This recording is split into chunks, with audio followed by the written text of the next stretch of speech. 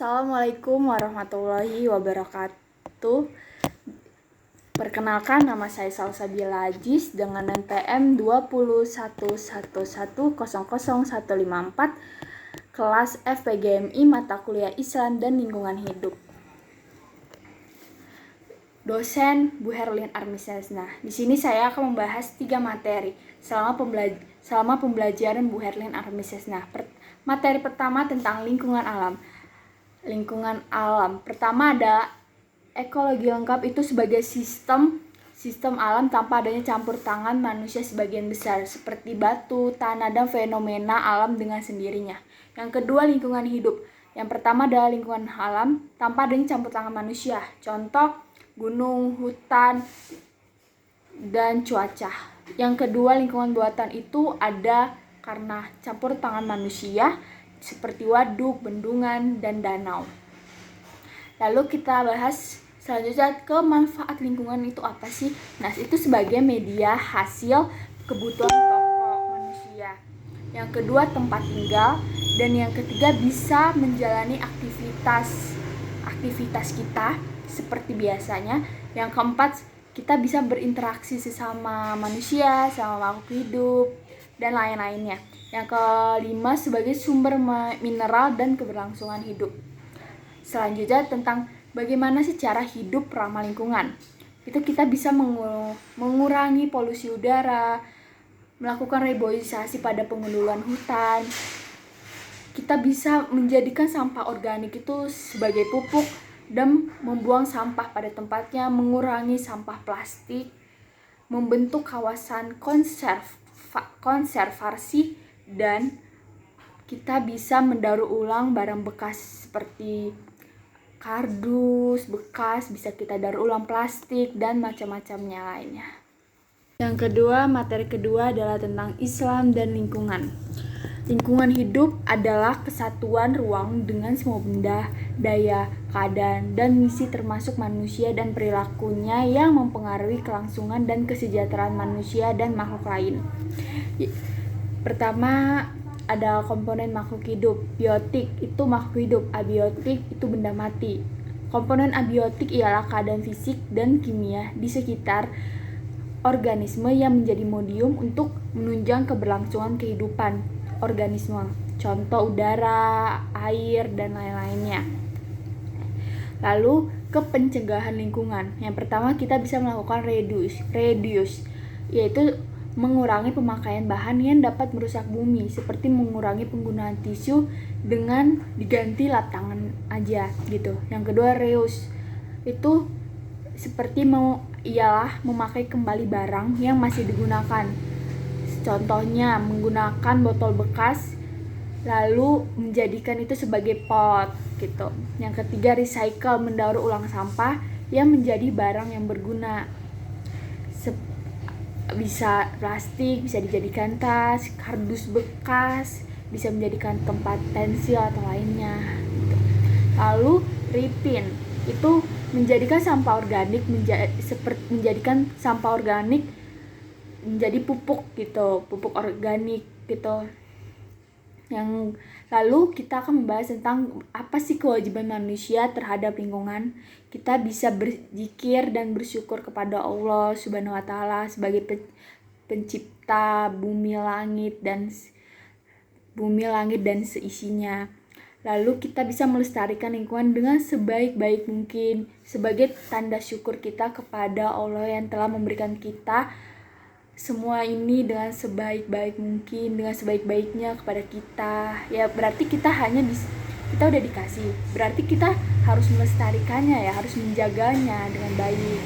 Lalu yang ketiga, kita merenungkan kejadian yang pernah terjadi terhadap kita, seperti bencana-bencana. Itu kan pasti karena kita kan kayak kebanjiran karena sampah yang banyak hanyut gitu. Jadi kita harus bisa menjaganya dengan baik lingkungan ini. Dan lalu kita akan bahas tugas manusia sebagai khalifah. Itu pertama ada al-intiyah, mengambil manfaat dan menggunakan dengan sebaik-baiknya. Yang kedua, al-intibar, mengambil pelajaran atau mengambil hikmahnya apa yang terjadi dalam kehidupan di dunia ini. Yang ketiga, Yang ketiga, al-islah, itu menjaga kelestarian lingkungan hidup untuk kemakmuran, kesejahteraan, dan kepentingan bersama. Yusuf Al-Qaradawi menyatakan bahwa agama Islam adalah agama yang ramah terhadap lingkungan. Yang ketiga, materi ketiga, saya akan membahas tentang kepribadian sebagai guru gitu. Yang pertama, dan konselor membantu kesulitan siswa, yang berarti kita ini kan guru itu adalah guru orang tua kedua siswa. Yang berarti kita harus melihat namanya siswa yang baru masuk SD pasti masih dalam masa kesulitan. Yang berarti kita harus dekat sekali dengan anak-anak itu. Bagaimana cara mereka belajarnya bagaimana, atau mereka kesulitannya dalam apa, kita bantu pelan-pelan gitu. Pasti mereka akan berproses bila kita melakukannya dengan baik, melakukannya dengan happy gitu. As leaders, itu guru yang mengayomi dan sebagai panutan siswa, yang berarti mengayomi yaitu mengajak kepada hal-hal yang baik gitu. Dan sebagai panutan siswa berarti kita harus menjaga sikap kita gitu. Sebagai guru, sebagai panutan, kita pasti dilihat oleh siswa-siswa bagaimana guru ini perilakunya, kepribadiannya, berarti yang akan mereka ikuti. Makanya itu kita harus menjaga sikap, menjaga kepribadian gitu pada hal-hal baik siswanya. Yang ketiga, as scientist itu harus memberikan suatu ilmu pengetahuan. Guru adalah orang tua kedua siswa, yang berarti kita juga ingin memberikan mereka ilmu pengetahuan, berarti kita harus memiliki ilmu. Maka itu pentingnya kita menggali ilmu, membaca, sering-sering membaca untuk memberikan ilmu itu kepada murid, kepada siswa gitu, yang akan diikuti oleh mereka gitu. Semua guru pasti mempunyai cara tekniknya masing-masing, makanya itu kita gali sendiri teknik kita gitu. Lalu unseen instructor itu melakukan pengajaran kepada peserta didik, yang berarti mengajar. Harus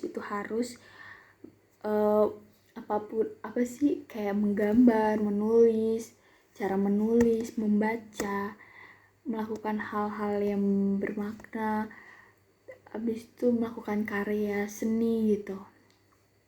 Modernisasi itu mengembangkan suatu ilmu pengetahuan. Tadi scientist itu harus memberikan ilmu pengetahuan.